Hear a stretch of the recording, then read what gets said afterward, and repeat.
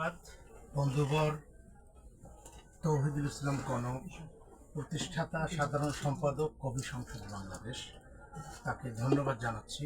এবং আজকে যে বাংলা বাজার লেখক আড্ডা, আমি মনে করি যে এটা প্রথমবার আয়োজন হয়েছে এবং প্রথমবারের মতো এটা সফল এবং সমৃদ্ধ হয়েছে। এই জন্য আমি যারা এখানে উপস্থিত হয়েছে তাদের সবাইকে আমি কৃতজ্ঞতা জানাচ্ছি। বন্ধুরা, দোস্ত কনক কিন্তু একটা নতুন উদ্যোগ হাতে নিয়েছে।